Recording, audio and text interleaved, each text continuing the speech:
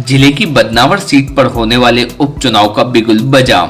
धार जिला कांग्रेस अध्यक्ष बालमुकुंद सिंह गौतम ने पूर्व विधायक दत्ती गांव पर लगाए गंभीर आरोप। जब सारा देश कोरोना महामारी के भय से त्रस्त था, तब बदनावर के पूर्व विधायक बेंगलोर में 24 दल बदलुओं के साथ मिलकर कमलनाथ सरकार को गिराने की व्यूह रचना रच रहे थे।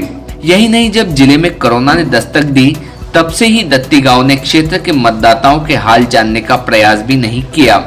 वह सिर्फ निजी स्वार्थ में उलझकर नैतिक मूल्यों से भी समझौता कर दल बदलकर कांग्रेस के साथ ही नहीं बल्कि बदनावर के मतदाताओं की पीठ में भी छुरा भोंकने का कार्य कर रहे हैं। बदनावर की जनता उन्हें कभी भी माफ नहीं करेगी।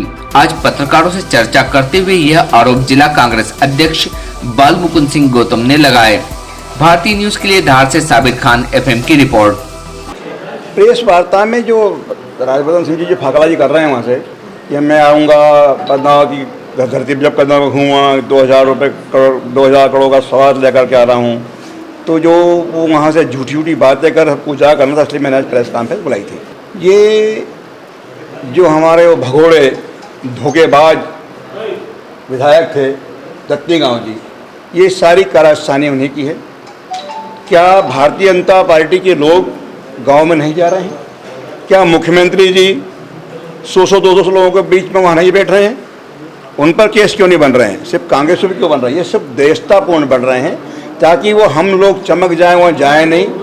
और मैंने फिर आपसे अर्ज कर रहा हूँ, मैं जैसे पैदल यात्रा की, मैंने दत्ती गाँव जी की आदत है, वो पत्थर लगा देते हैं जाके अपने नाम का। विकास कार्य उन्होंने कभी नहीं किया। जब मैं वहाँ से पैदल यात्रा की, मैंने 5 किलोमीटर पैदल चला भरचक धूप में, वहाँ के किसानों की बात सुनी मैंने।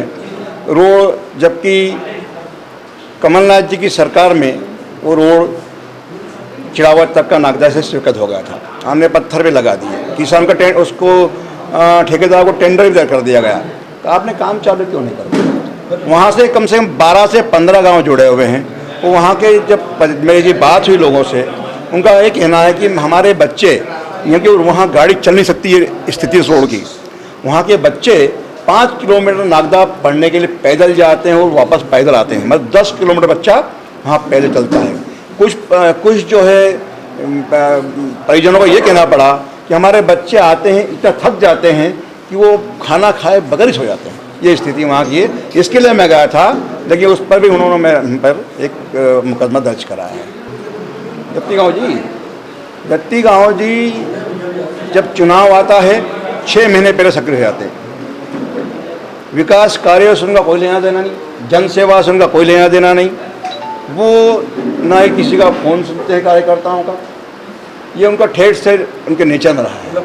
उन्होंने कोई विकास कार्य नहीं किया है। जो भी स्वीकृति वहाँ से आई है मध्य प्रदेश सरकार से, हमारी कांग्रेस कमलनाथ जी सरकार से, उनका कोई योगदान नहीं है। आपको याद होगा कि माइको परियोजना में उसका भूमि पूजन माननीय कमलनाथ जी ने किया, वहाँ से भी ये नदारत थे।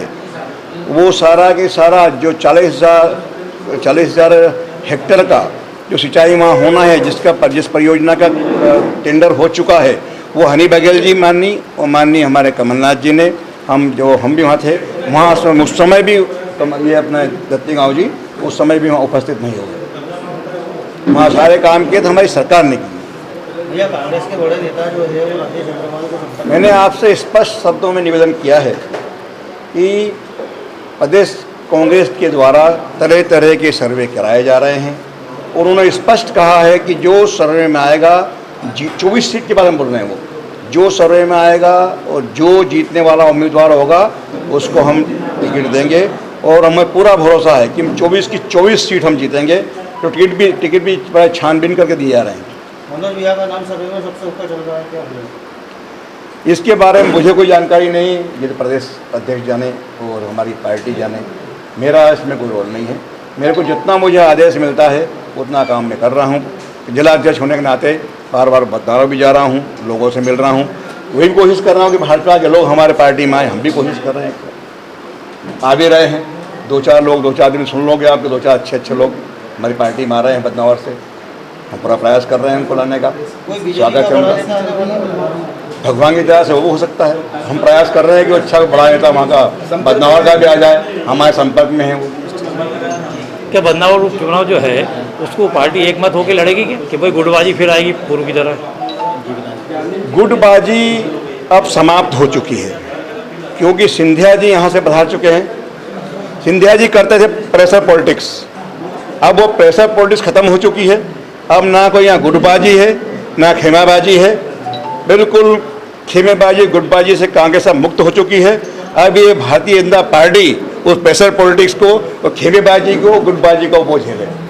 हम तो हमारे यहाँ से कच्चा साफ हो चुका है। सिंधिया जाम का जो हमेशा गुटबाजी प्रेशरबाजी करा करते थे वो सब खत्म हो चुका है। और हम बदनावर में एकजुट होकर चुनाव लड़ेंगे, एक मत होकर चुनाव लड़ेंगे और ताकत से चुनाव लड़ेंगे और जीतेंगे। Subscribe now to most exciting channel ever.